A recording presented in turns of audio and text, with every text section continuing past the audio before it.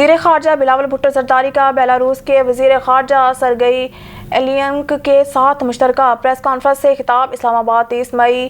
Bureau chief ملک ندیم کی report کے مطابق وزیر خارجہ بلاول بھٹو زرداری نے کہا کہ پاکستان مضبوط اقتصادی، تجارتی اور سرمایہ کاری کے تعلقات استوار کر کے بیلاروس کے ساتھ اعلیٰ سطحی روابط اور دو طرفہ تعاون کو مزید مستحکم کرنے کے لیے پرعزم ہے۔ ان خیالات کا اظہار انہوں نے منگل کو یہاں بیلاروس کے وزیر خارجہ سرگئی ایلینک کے ساتھ مشترکہ پریس کانفرنس سے کیا۔ وزیر خارجہ نے کہا ہے کہ انہوں نے بیلاروس کے اہم منصب سے نتیجہ خیز اور تعمیری ملاقات کی اور دونوں ممالک کے درمیان تعاون کے تمام شعبوں پر تبادلہ خیال کیا۔ انہوں نے کہا کہ پاک بیلاروس تعلقات کے ہمارے طویل المدتی اہداف میں اقتصادی تعلقات کی مضبوطی، تجارت اور سرمایہ کاری کو وسعت دینا، سائنسی تعاون کو فروغ دینا، دفاعی تعاون کو بڑھانا اور ثقافتی اور عوام سے عوام کے روابط کو گہرا کرنا شامل ہے۔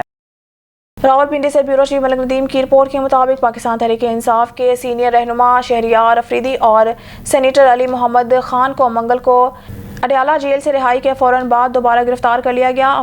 افریدی کو ابتدائی طور پر maintenance of public order MPO act کے تحت حراست میں لیا گیا تھا۔ وہ سینٹرل جیل اڈیالہ میں اسے آج کے اوائل میں اپنی 15 دن کی سزا پوری کرنے کے بعد رہا کیا گیا تھا۔ صرف راولپنڈی پولیس نے MPO آرڈیننس 1960 کے سیکشن 3 کے تحت فوری طور پر دوبارہ گرفتار کیا تھا، جو حکومت کو ایسے افراد کو گرفتار کرنے کے قابل بناتا ہے جو عوامی تحفظ کے لیے کسی بھی طرح سے نقصان دہ ہو۔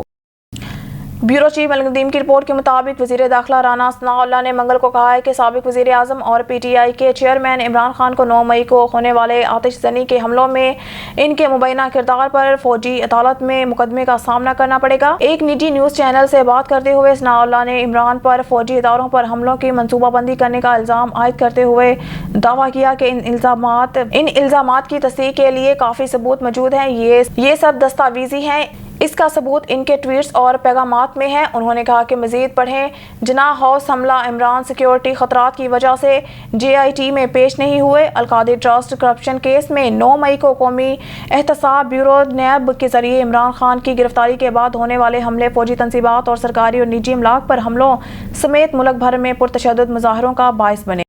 بیورو چیف ملک ندیم کی رپورٹ کے مطابق وفاقی وزیر خزانہ اور محصولات اسحاق ڈار نے پیر کو اسلامک کیپٹل مارکیٹس کی افتتاحی کانفرنس میں کہا ہے کہ نیشنل سیونگز جلد ہی آنے والے دنوں میں سرمایہ کاروں کے لیے شریعت کے مطابق مصنوعات متعارف کرائے گی۔ وزیر خزانہ اسحاق ڈار نے کانفرنس کو بتایا کہ پاکستان کے پاس اسلامی مالیات کی ترقی کے لیے ایک اسٹریٹجک منصوبہ ہے۔ انہوں نے مزید کہا کہ اس کے علاوہ ہم نے ایک قومی مالیاتی شمولیت کی حکمت عملی بنائی ہے جو اسلامی فائنینسنگ کے لیے درکار بہت سے اجزاء کا احاطہ کرتی ہے۔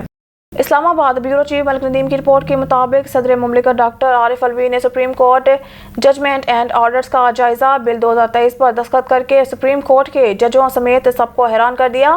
صدر نے جمعے کو بل پر دستخط کیے، لیکن نہ ہی انہوں نے اور نہ ہی وفاقی حکومت نے پیر تک پیش رفت کا اعلان کیا۔ اٹارنی جنرل فار پاکستان منصور اوان نے، جنہوں نے انکشاف کیا ہے کہ یہ بل chief justice of Pakistan Umar Ata Bandial کی سربراہی میں 3 رکنی بینچ کے سامنے پیش کیا گیا تھا، جس کے خلاف الیکشن کمیشن آف پاکستان کی جانب سے دائر نظر ثانی درخواست کی سماعت کی گئی۔ بینچ کا 4 اپریل کا حکم کچھ سینئر وکلاء بھی اس پیش رفت پر حیران ہیں، لیکن وہ اس کا خیر مقدم بھی کرتے ہیں۔ ایکٹ کہتا ہے کہ آئین کے آرٹیکل 184 کے تحت اپنے اصل دائر اختیار کو استعمال کرتے ہوئے سپریم کورٹ کے فیصلوں اور احکامات کی صورت میں حقائق اور قانون دونوں پر نظر ثانی کی گنجائش آئین کے آرٹیکل 185 کے تحت اپیل کی طرح ہی ہوگی۔